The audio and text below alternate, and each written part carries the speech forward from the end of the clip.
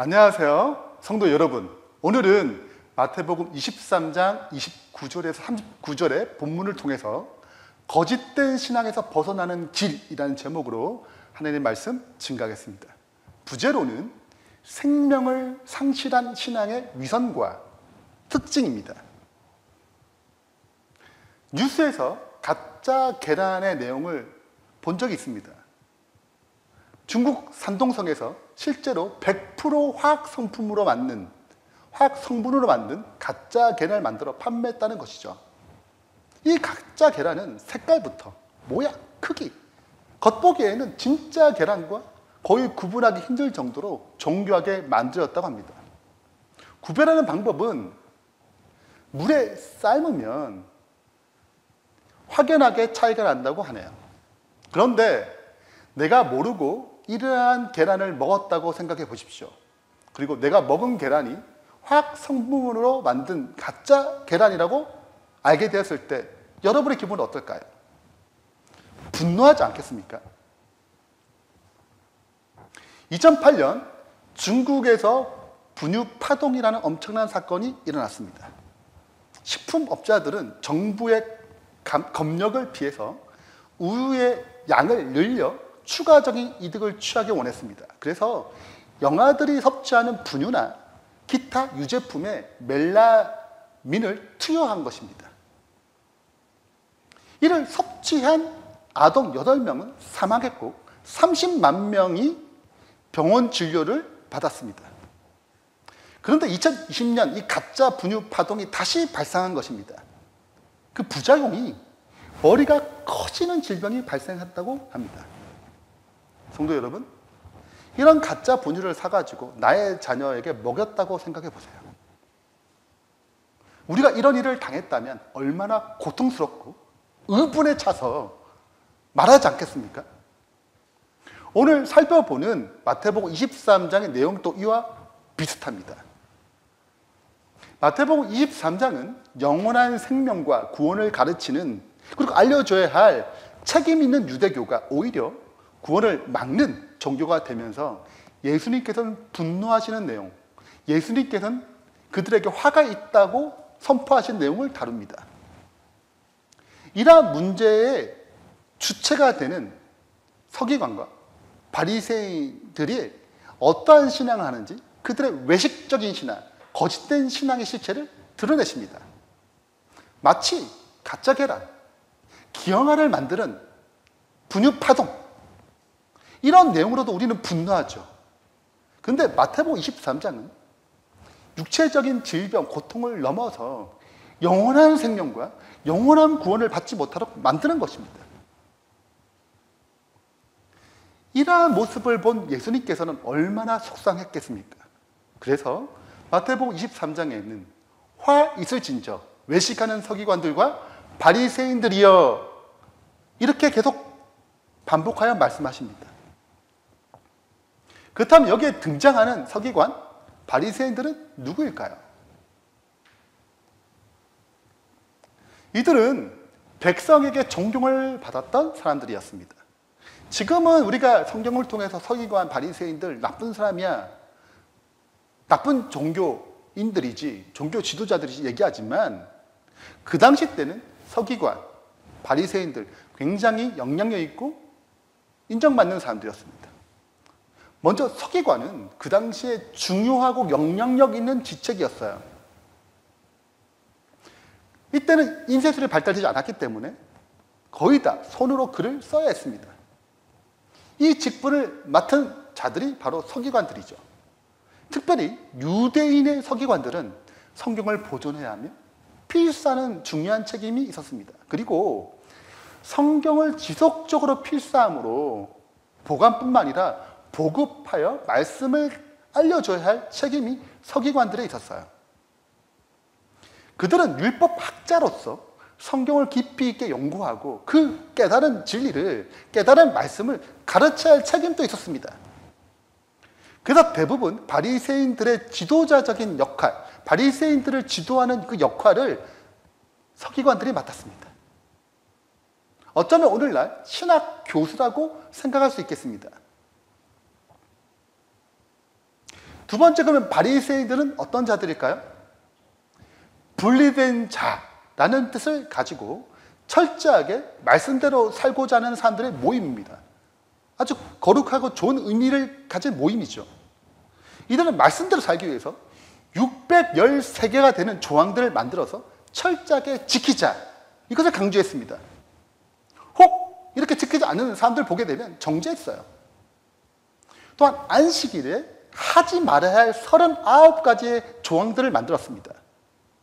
그러니까 이걸 잘 지키면 안식을 잘 지킨 거라고 얘기했어요. 그래서 신앙의 본질보다 신앙의 외형적 복습을 강조하게 됩니다. 이들은 신앙적 모습들, 말씀 보고, 기도하고, 묵상하고, 금식하고 이런 모습들이 많이 나타났지만 그 안에 신앙의 본질, 하나님을 사랑하는 것은 없었습니다. 그래서 이들에게 이 마태복음 23장은 8개의 화에 대해서 선포하는 것입니다.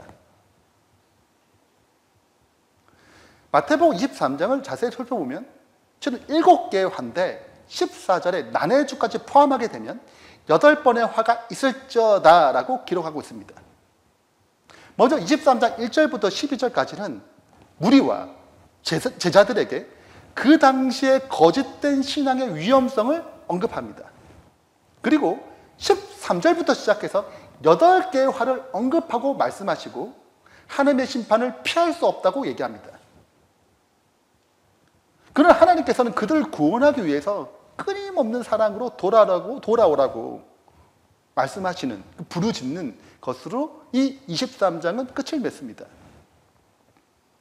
8개의 화의 내용을 하나씩 살펴보겠습니다. 첫 번째, 이들은, 서기관과 바리새인들은 천국문을 사람들 앞에 닫는 거예요. 천국문 앞에 대려놓고 닫습니다. 자기도 들어가지 않아요. 들어가는 자도 들어가지 못하게 막는다고 얘기합니다. 이것이 첫 번째 화입니다. 두 번째는 14절에 개정 번역에는 없다라고 기록되어 있어요.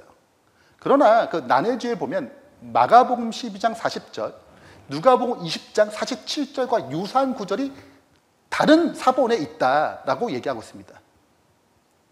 그 내용은 과부의 집을 삼키며 길게 기도한다고, 그 길게 기도하는 것 좋아한다고 언급합니다. 왜 길게 기도할까요? 여러분, 다른 사람들이 잘 기도하기 어려워요. 여러분, 기도가 길게 하는 거 쉽지 않아요. 그 길게 기도하는 것이 자기의 의를 드러내고 또 길게 이렇게 정성스럽게 기도하면 하나님이 응답하시는 것처럼 말하는 것입니다. 여러분, 오늘날에도 이렇게 가르치는 목회자들이 많이 있습니다. 마치 길게 기도하는 것, 마치 3시간, 4시간, 5시간, 8시간 기도하면 마치 응답받는 것처럼, 하늘의 보좌가 움직이는 것처럼 그렇게 가르치는 설교도 있어요.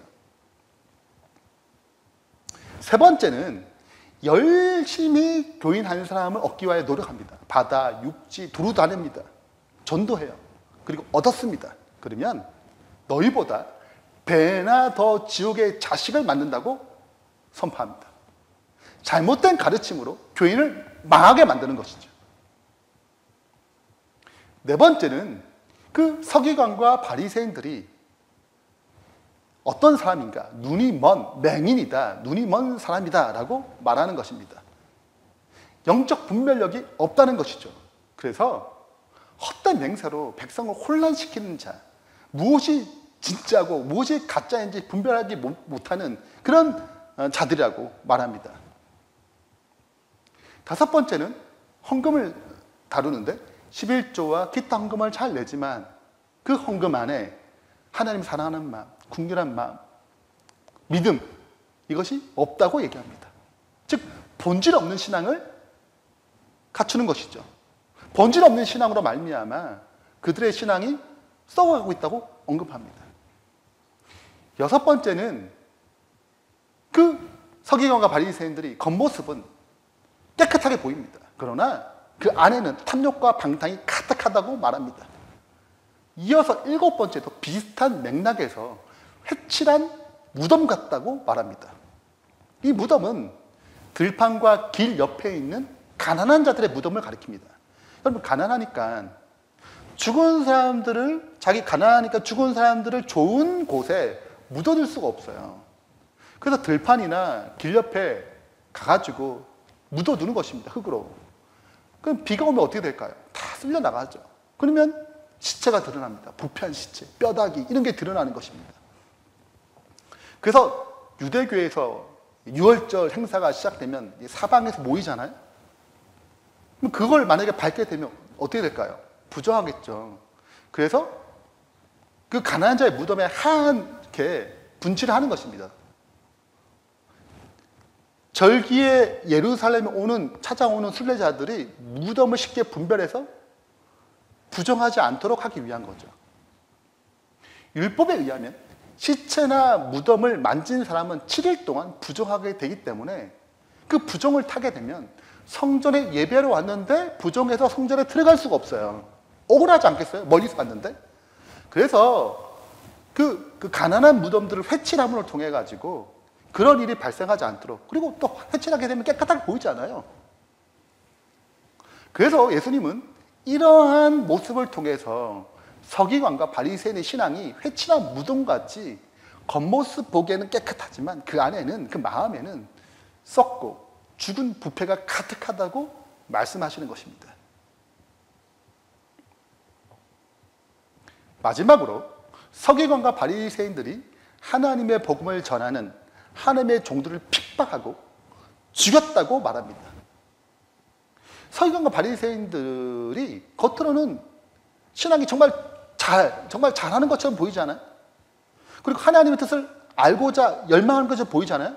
그런데 하나님의 뜻을 모르고 하나님의 뜻을 전하는 그 하나님의 종들을 죽였다고 얘기하는 것입니다. 오히려 하나님을 대적하는 자가 되었다고 선포하는 것입니다. 그렇다면 8개의 화야에서 말하고자 하는 예수님의 그 핵심, 신앙의 핵심이 무엇일까요? 그것은 본질 없는 신앙입니다. 신앙의 외형적인 모습은 화려해 보이지만 신앙의 본질이 없는 것이죠. 신앙의 본질인 하나님을 사랑하는 것, 그리고 이웃을 내 몸처럼 사랑하는 것, 하나님을 알아서 그분을 믿은 것, 그리고 정결하고 깨끗한 마음으로 회개하는 삶, 주님을 닮아가는 삶, 이것이 신앙의 본질인데, 그 마음인데, 그런데 신앙적 외형적 모습을 가졌지만 뭐는 없어요? 이 외형적 모습을 통해서 신앙의 본질을 경험하는 건데, 외형적 모습은 있지만 이 신앙의 본질은 없다는 것입니다. 이러한 신앙을 다른 말로 외식하는 신앙, 거짓된 신앙이라고 말하는 것입니다. 예를 하나 들어보겠습니다.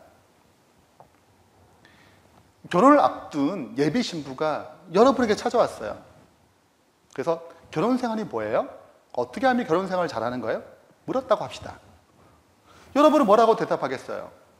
만약 여러분이 결혼 생활은 이런 거지, 밥을 잘해야 돼, 빨래도 열심히 해야 되지, 청소 깨끗하게 해야 돼, 이게 결혼 생활이야. 만약 이렇게 알려줬다면 진짜 결혼 생활이 밥 잘하고 빨래 잘하고 청소 잘하고 뭐 이런 것들이 결혼 생활에 달하면 이게 맞는 말이에요? 틀린 말이에요? 틀린 말이죠.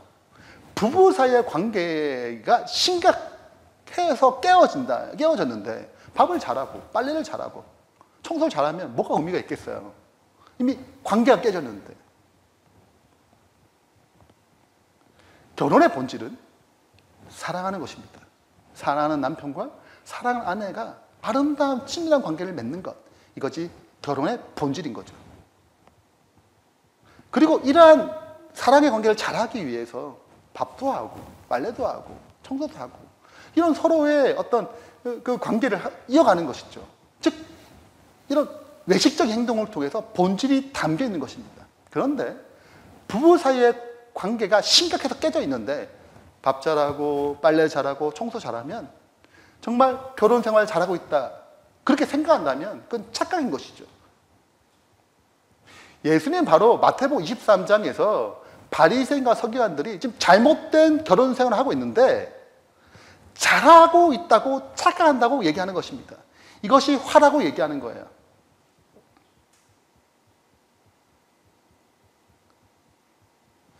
자, 그런데 8개의 화니까 무엇이 생각이 나지 않으세요?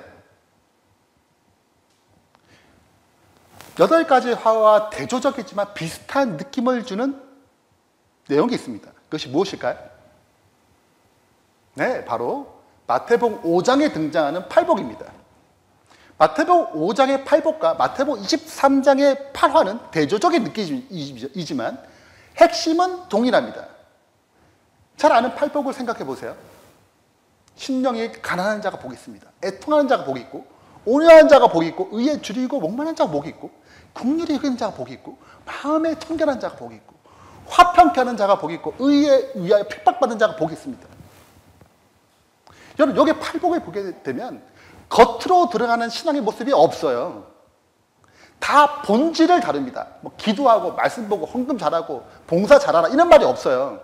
다 신앙의 본질적인 것을 다룹니다. 이 본질을 잘 내면 겉으로 나타나게 되겠죠. 즉 겉으로 나타나는 모습보다 내면의 모습을 다루는 것이 팔복입니다. 팔복이 신앙의 본질을 다루는 것이라면 팔화는, 마태복음 23장 8화는 신앙의 본질을 상실한 것을 다룹니다. 그래서 그 당시의 종교적 모습이 적나라하게 드러나는 것이죠. 이것을 기초로 팔복과 팔화를 대조하면서 마태복음의 구조를 생각해보면 다음과 같이 정리할 수 있습니다. 예수님이 초림하시고 본격적으로 말씀을 선포하고 말씀을 기록한 그 시작점이 마태복음 5장 팔복입니다. 그래서 팔복은 열어주는 거예요. 근데 마태복음 23장의 팔화는 예수님의 사역의 마지막 부분을 보여주는 지점이 됩니다. 8개의 화를 끝으로 마태복음 24장에는 예수님께서 예루살렘 멸망을 예언하시고 십자가 달려 죽으시고 부활하시면서 마지막 부분이 마무리돼요. 근데 이 팔복과 팔화를 비교해 보면 예수님의 기별의 중요한 핵심을 발견할 수 있습니다. 그것이 무엇일까요? 그것은 신앙의 본질의 회복입니다. 예수님께서 팔복을 말씀하시면서 신앙의 본질을 회복하라고 말씀하십니다. 그리고 본질의 신앙을 거부하는 유대 종교를 보면서 마태복음 24장 팔화를 선포하십니다. 그리고 신앙의 본질이 상실된 이 외식적인 모습만 가득한 신앙은 결국 심판받을 수밖에 없다고 말씀하시고 계십니다. 그렇다면 신앙의 본질이 없는 이 거짓된 신앙을 어떻게 해서 벗어나고 어떻게 신앙의 본질을 회복할 수 있을까요? 우리도 신앙의 본질이 없이 교회를 잘 다니고 헌금 잘하고 교회에 시키는 봉사 잘하면 그 사람 신앙 좋다고 생각합니다. 과거나 지금이나 비슷해요. 그래서 언뜻 이런 모습이 진짜 신앙을 잘한다고 착각하는 것입니다. 말씀 보고 기도하지만 거기에 정말 하나님의 사랑, 하나님을 깊이 만나는 경험이 없다면 그게 본질이 없는 말씀이고 본질이 없는 기도인 것 아니겠어요? 그럼에도 불구하고 말씀 받다, 나 기도 좀 했다, 나 성경 통독 잘하고 있다, 그럼 정말 신앙 잘하는 줄 착각하는 것입니다. 그래서 우리는 이 시간 주님께서 신앙의 본질이 가득한 신앙을 어떻게 할 수 있는가, 이 거짓된 신앙에서 어떻게 벗어날 수 있는가, 그 두 가지 핵심을 오늘 본문을 통해서 설명하십니다. 두 가지만 살펴보는 거죠. 핵심만 살펴보겠습니다. 첫 번째는 자신의 신앙을 점검해야 합니다. 내가 어떤 상태인지 모르면 변화가 일어나지 않습니다. 잘못이 없는데 뭐 굳이 변화하겠어요. 잘못된 신앙생활을 하고 있는데도 잘하고 있는 줄 착각하면 굳이 우리는 신앙의 변화를 추구하지 않게 됩니다. 서기관들과 바리새인들처럼 말입니다. 예수님은 잘못된 신앙을 말하는데 서기관과 바리새인들은 자기는 신앙 잘하고 있다고 생각하면 어떻게 변화되겠어요? 그래서 첫 번째, 우리는 반드시 자신의 신앙이 어떤 상태인지 정직하게 말씀 앞에서, 주님 앞에서 하늘의 빛 가운데 직면해야 합니다. 마태복음 23장 27절에서 주님은 그들의 신앙의 민낯, 실체를 다 드러내십니다. 화 있을진저 외식하는 서기관들과 바리새인들이여, 회칠한 무덤 같으니 겉으로는 아름답게 보이나 그 안에는 죽은 사람의 뼈와 모든 더러운 것이 가득하도다. 이와 같이 너희도 겉으로는 사람에게 옳게 보이되 안으로는 외식과 불법이 가득하도다.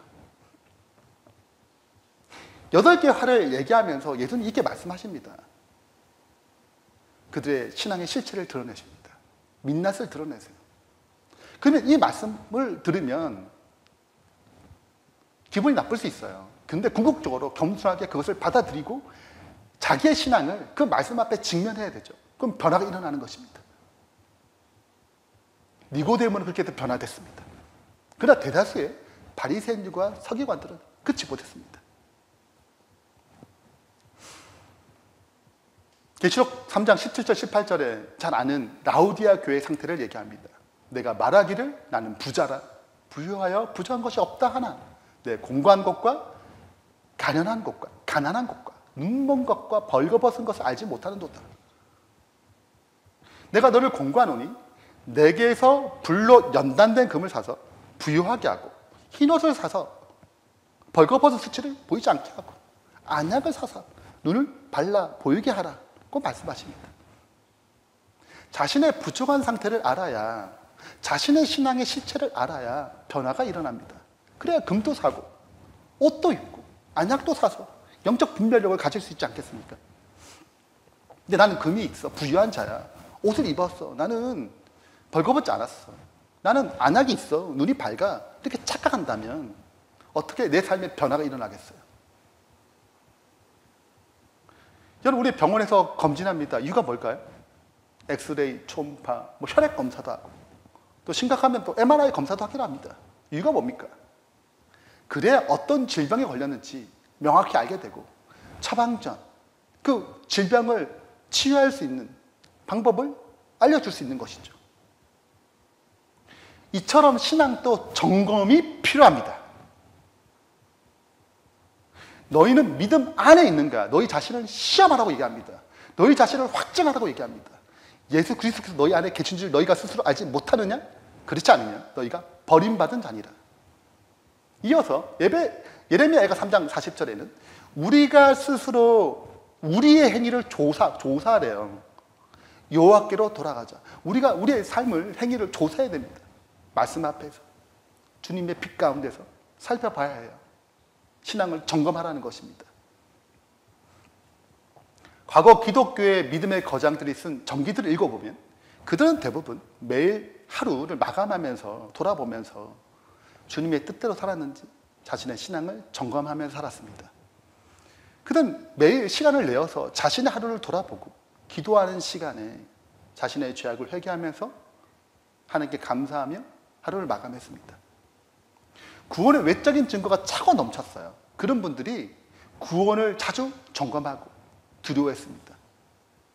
그러나 현대 기독교로 접어들면서 자기 신앙의 점검에 대한 중요성을 상실했습니다.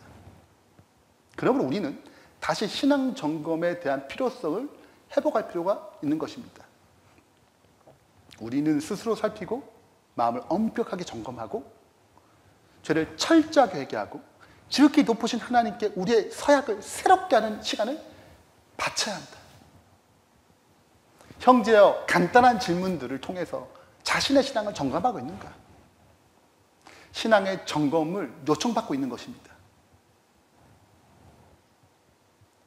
그래서 러빙타임 LT 교재의 매일 묵상 후에 매일의 잠자기 전, 하루를 마감하기 전 자신의 신앙을 점검할 수 있는 5가지의 질문들이 있어요. 첫 번째, 감사합니다. 오늘 하나님께 감사할 내용 1가지 이상 기록해 보세요.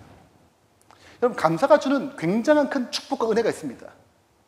삶이 바쁘다 보면 오늘 하루에 어떻게 살았는지 그냥 지나가요. 오늘 하루 하나님이 주신 은혜가 무엇인지 놓칠 때 참 많습니다. 그러나 그런 한적한 시간에 하루를 돌아보면서 오늘 하나님 나를 어떻게 인도하셨나, 어떤 감사함이 있나 생각해 보면 우리는 주님께서 오늘 하루를 얼마나 보호하시고 이끌으셨는지 감사의 내용을 채울 수 있는 것입니다. 두 번째는 친밀한 교제입니다. 말씀과 기도를 보세요가 아니고 말씀과 기도를 통해 하나님과 친밀한 관계를 가졌냐 이것입니다. 그걸 통해 어떤 은혜가 있었냐 이거예요.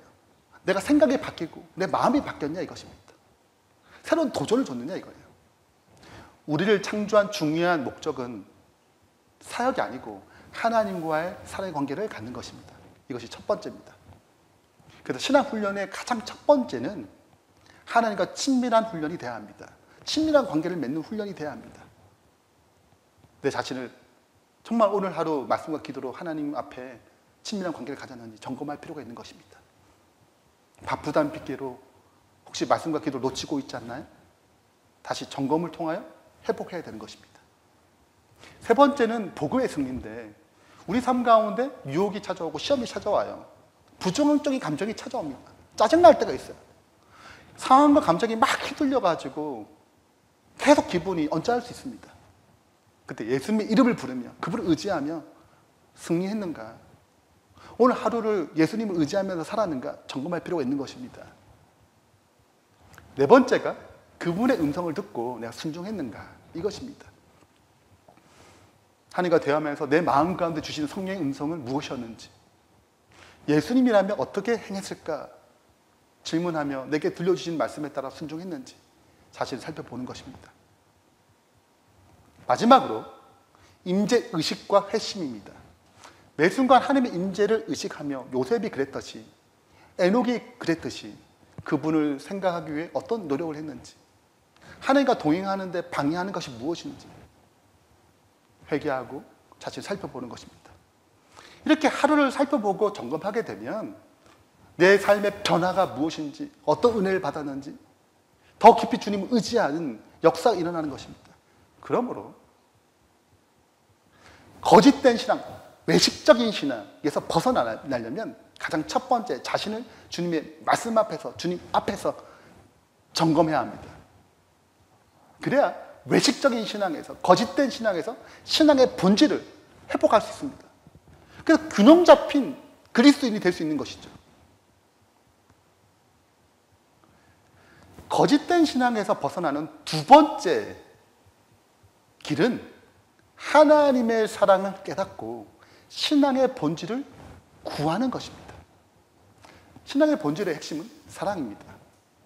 하나님을 알아감으로 그분의 사랑을 깨달아서 우리도 하나님을 사랑하고 이웃을 사랑하는 경험, 이것이 신앙의 본질이죠. 근데 이 사랑은 결심, 내 노력, 이렇게 얻어지는 것이 아니고 사랑으로만 일깨워집니다. 사랑은 오직 사랑으로만 일깨워진다. 예수님은 아무에게도 당신을 따르라고 강요하지 않으신다. 내가 사랑의 줄, 곧 사랑의 줄로 저희를 이끌어놓는다고 말씀하신다. 예수님의 사랑을 바라보는 자들의 마음속에 사랑이 일깨워진다. 그분의 사랑을 깨닫는 자, 그분의 사랑을 바라보는 자, 그분의 십자가 희생을 묵상하는 자, 그러면 그 사랑이 우리 마음에 딱딱한 마음을 일깨웁니다. 하나님의 사랑이 자리 잡아요. 그래서 마태복음 23장 37절은 이렇게 얘기합니다. 예루살렘아 예루살렘아, 선지자들을 죽이고 내게 파송한 자들을 돌로 치는 자여, 암탉이 그 새끼를 날개 아래 모음같이 내가 내 자녀를 모으려 한 일이 몇 번이더냐. 그러나 너희가 원하지 아니한도다. 예수님은 예루살렘을 얼마나 사랑했는지 암탉이라는 동물로 비했습니다. 수많은 동물들이 많이 있지만 모성애가 강한 동물이 있지요. 그 동물 중에, 모성애가 강한 동물 중에 대표 중 하나가 암탉이라고 합니다. 새끼를 보호하고 돌보는 사랑이 크다는 것이죠. 그래서 이 암탉의 모성애를 하나님의 사랑에 비유한 것입니다. 실제로 뉴스에서 암탉의 모성애의 장면이 포착되어 보도했습니다. 비가 막 오고 태풍이 부는 날, 새끼들을 보호하기 위해서 암탉이 그 날개를 펴가지고 새끼 5마리를 품는 거예요. 자기는 비를 맞아도 새끼들은 이 장대비에 맞지 않게 하겠다고 새끼를 보호하는 것입니다. 암탉의 강한 사랑이 느껴지지 않나요? 이와 같이 예수님도 아니 이것도 비교할 수 없는 더 큰 사랑으로 우리를 위해 초림하셨고 우리를 이 심판에 비해서 재앙에 비해서 보호하기 위해서 그분의 날개 아래로 여러 번 수많은 선지자를 보내서 순교를 감당하고 그런 어려움과 핍박 그 속에서 그들을 불렀습니다. 그리고 그분이 직접 오셔서 십자가에 죽으심으로 우리를 구원하기 위한 죽음보다 더 큰 사랑을 드러내셨습니다. 이 사랑을 바라보고 정말 깨닫는다면 우리 마음에 하나님의 사랑에 반응하는 그 묻어진 마음에 하나님의 사랑, 그리스도의 사랑이 찾아오는 것입니다. 그 사랑이 일깨워져요. 그러면 신앙의 본질인 사랑이 모든 의식적인 행동 가운데, 신앙적 행동 가운데 작동되기 시작하는 것입니다.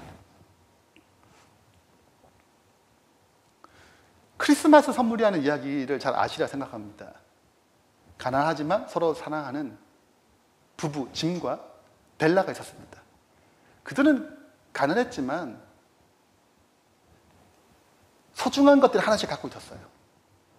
남편 짐은 할아버지 집부터 대대로 내려왔던 시계, 물려받은 시계가 자랑거리였고, 벨라는 길고 아름다운 갈색 머리카락의 자랑이었습니다. 어느 날 성탄절날 아내 벨라는 남편에게 크리스마스 선물을 주고 싶었어요. 근데 돈이 너무 없는 거예요. 아껴서 고작 1달러 87센치 밖에 없었습니다. 이 돈으로 뭘 사줄 수가 없어요. 좋은 선물 사줄 수 없는 것입니다. 고민 끝에 벨라는 짐의 시계에 어울리는 좀 품이 있는 시계줄을 발견했어요. 그 시계줄을 짐에게 선물로 주고 싶었는데 돈이 없잖아요. 자기의 그 긴 아름다운 머리카락을 잘라가지고 20달러에 팔고 그 돈으로 시계줄을 샀습니다. 얼마나 좋겠어요. 사랑하는 남편에게 이 선물을 준다는 것이 얼마나 기뻤겠냐고요. 그렇게 시계줄을 짐에게 선물했는데 짐은 벨라에게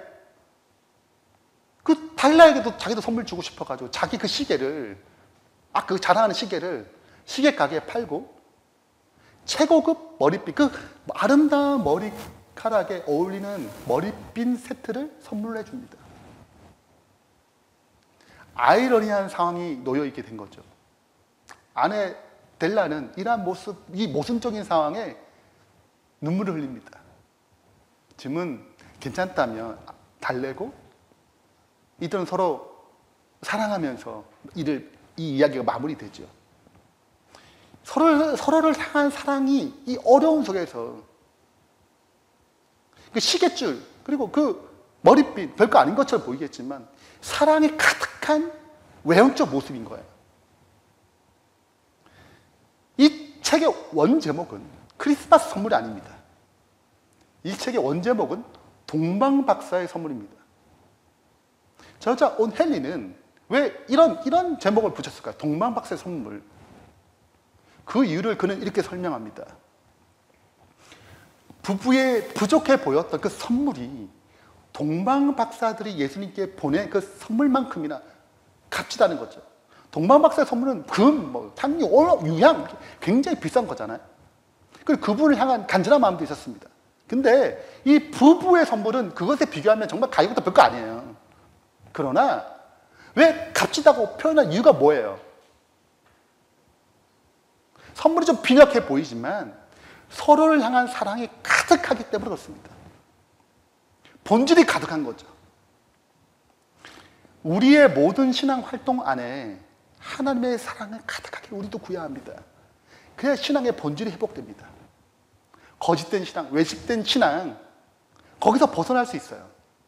신앙의 본질이 이 사랑을 얻도록 간절히 주님께 간구할 때 성령님께서 하늘의 사랑을 가지고 로마서 5장 5절의 약속대로 우리 마음에 하나님의 사랑을 부어주십니다.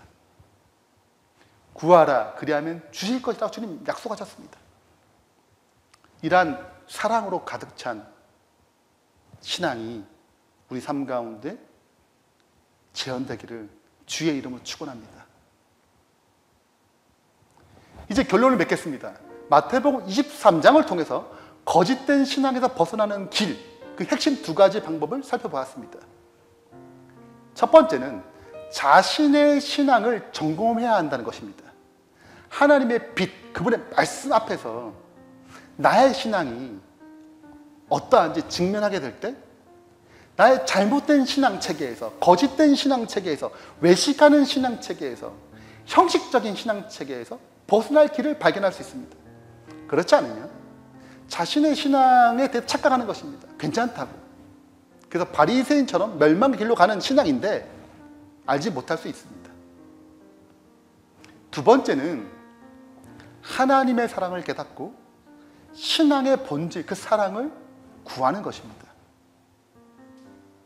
여러분, 이 하나님의 사랑, 이 신앙의 본질은 이 죄인인 우리에게 없어요. 이미 죄인은 이 사랑에 타락했습니다. 이기적이에요. 자기 유익을 중심으로 사랑하게 됩니다. 이 아가페적인 사랑, 이 무화적 사랑은 하나님이 줄 수 있는 사랑이에요. 그래서 신앙의 본질은 이 사랑을 얻으려면 주님께 구해야 합니다. 그럼 이 사랑이 모든 의식과 행동 속에 자리 잡게 됩니다. 그분의 사랑을 깨닫고 만나게 되면 우리는 그분의 사랑에 빠지게 됩니다. 그럼 자연스럽게 우리의 신앙의 의식 속에서 신앙의 본질이 담겨가지고 본질과 의식의 균형을 갖게 돼요. 그때 성숙한 그리스도인으로 성장해 가는 것입니다. 본질만 있는 신앙이 없어요. 본질을 경험하려면 반드시 의식적인 도구, 말씀, 기도, 봉사 이런 것들을 통해서 본질을 만나게 됩니다. 그러므로 의식을 통해서 이 본질과 같이 균형지게 만나게 될 때 성숙한 신앙이 형성되고 우리는 올바르게 자라나게 되는 것입니다. 이러한 은혜가 우리 모두에게 임하기를 간절히 바라면서 말씀 마치겠습니다. 기도하겠습니다. 하늘에 계신 하나님 아버지, 오늘 마태복음 23장을 통하여 예수님의 애타고 애타신 그 사랑의 부르짖음을 듣게 됩니다. 잘못된 신앙에 푹 빠져서 화가 임한, 심판이 임한 그 지도자들에게, 그 이스라엘 백성에게, 유대 백성에게 다시금 신앙의 실체를 깨닫고 돌아오라고 말씀하십니다. 우리의 신앙의 실체를 깨닫게 해주시고 우리의 상태가 어떠한지 점검하게 해주셔서 진짜 신앙의 본질인 그리스도를 간절히 구하도록 하나님 인도하여 주시옵소서. 신앙의 본질을, 그 사랑을 우리 마음 가운데 가득 채워서 우리의 신앙적 삶 가운데 신앙의 사랑이 흘러 넘치는 균형진 성숙한 그리스도인이 될 수 있도록 역사하여 주시옵소서. 예수 그리스도 이름으로 축원하며 기도합니다. 아멘. 열린 온라인 교회에 헌금을 드리시거나 온라인 교회 사역을 후원하기 원하시는 분들은 헌금 안내를 참조하셔서 은행 계좌로 송금하시면 됩니다. 미주에 계신 분들은 어드벤티스트 기빙 웹사이트를 이용해서 헌금을 보내주시면 됩니다. 자세한 헌금 안내는 열린 온라인 교회 홈페이지를 참조하시거나 유튜브 영상 밑에 있는 자세한 설명을 참조하시면 됩니다. 예배에 참석해 주신 여러분께 진심으로 감사드립니다.